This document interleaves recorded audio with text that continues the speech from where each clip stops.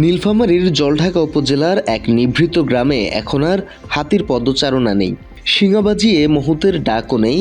তবুও অতীতের সেই স্মৃতি এখনও জীবন্ত হয়ে আছে একটি বিশাল লোহার কড়াইকে ঘিরে।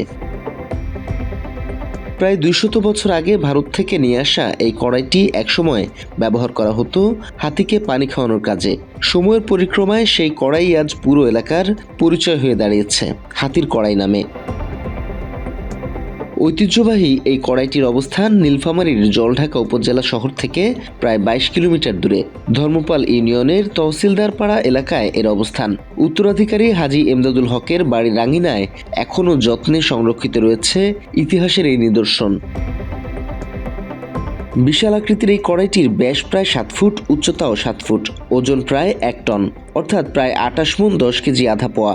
সময়ের ক্ষয় থেকে রক্ষা করতে বর্তমানে কড়াইটি শিকল দিয়ে বাঁধা অবস্থায় সংরক্ষণ করা হয়েছে। সম্প্রতি এটি প্রত্নতত্ত্ব অধিদপ্তরের নিদর্শন হিসেবেও স্বীকৃতি পেয়েছে। উত্তরাধিকারী হাজী এমদাদুল হক বাংলা এডিশনকে জানান, এই কড়াই তার পূর্বপুরুষ ভারত থেকে নিয়ে এসেছে হাতির পানি খাওয়ানোর জন্য। নাম হাতির কড়াই, পরে পুরো এলাকার নাম হয়ে যায় হাতির কড়াই। আবার দুটা হাতি ছিল, ওই হাতিকে পানি খাওয়াইতো ওই কড়াইতে করে। যদি হাতি বড় প্রাণী, ডিশ হিসাবে তো বড় একটা তো বাসনের পানির প্রয়োজন।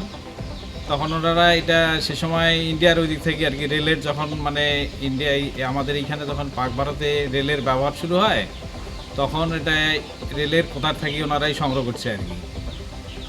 আনিয়া এখান থেকে ওটাতে পানি খাওয়াইতো। পানি খাওয়ার পরে হাতি দুটো তো মারা যায়। আমার দাদা, আমার বাবাও ওইভাবে সংরক্ষণ করে রাখছে এবং আমরাও এটাকে ভবিষ্যতে আরও ভালো করে সংরক্ষণ করে রাখবো, যেহেতু এটা হাতির কড়াই নামে এই এলাকাটা পরিচিত। স্থানীয়রা জানায়, পূর্বপুরুষরা হাতিকে পানি খাওয়ানোর জন্যই ভারত থেকে এই কড়াইটি নিয়ে এসেছিল। সেই স্মৃতি ও ঐতিহ্য ধরে রাখতেই প্রজন্মের পর প্রজন্ম ধরে এটি সংরক্ষণ করা হচ্ছে। কালের বিবর্তনে কড়াইটিকে ঘিরেই গড়ে উঠেছে এলাকার পরিচিতি। এখন পুরো গ্রামই পরিচিত হাতির কড়াই নামে। তাকে এখানে ওই হাতির কড়াই ওই দেখেছি আমার জন্মবধি থেকে।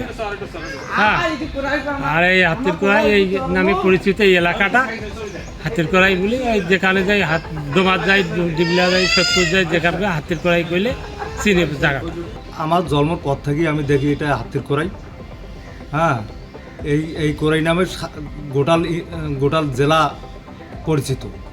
নীলফামারী গেলেও যদি আমি যে কোনো জায়গায় যদি বলি যে কোথায় বাসা, আমি বলি যে বলে হাতির কড়াই, ধর্মপাল হাতির কড়াই। হ্যাঁ, এই কড়াইটা অনেক দিনের, আমাদের পূর্বপুরুষও ওই হাতির কড়াই নামে পরিচিত সবাই। বাত ব্যথা, প্যারালাইসিস কিংবা আর্থ্রাইটিস, আধুনিক ফিজিওথেরাপি ও পুনর্বাসন চিকিৎসায় নির্ভরযোগ্য নাম ডিপিআরসি। শুধু তাই নয়, এই কড়াইটির নামেই প্রতিষ্ঠিত হয়েছে স্থানীয় মসজিদ ও মাদ্রাসা। গ্রামের সাংস্কৃতিক পরিচয়ের অংশ হয়ে উঠেছে এটি। দূর দূরান্ত থেকেও প্রতিদিন অনেকে ছুটে আসেন বিরল এই ঐতিহ্যবাহী কড়াইটি এক নজর দেখতে। জেলা প্রশাসক বলেন, এটি শুধু একটি লোহার কড়াই নয়, এটি তাদের ইতিহাস, ঐতিহ্য ও পূর্বপুরুষদের স্মৃতির প্রতীক। উত্তরাধিকারীরা সম্মতি দিলে ঐতিহ্যবাহী হাতির কড়াই সংরক্ষণে জেলা প্রশাসন প্রয়োজনীয় উদ্যোগ নেবে বলে জানান তিনি। আপনারা জানেন যে আমাদের জেলা প্রশাসনের উদ্যোগে একটি নীলফামারী জাদুঘর আছে আমাদের এই ক্যাম্পাসে। সেখানে অনেক প্রত্নতাত্ত্বিক নিদর্শন রয়েছে।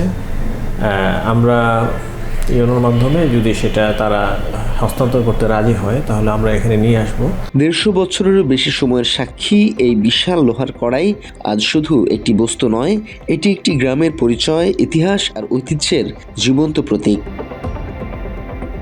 তথ্যচিত্রে জাকির শামীম, বাংলা এডিশন।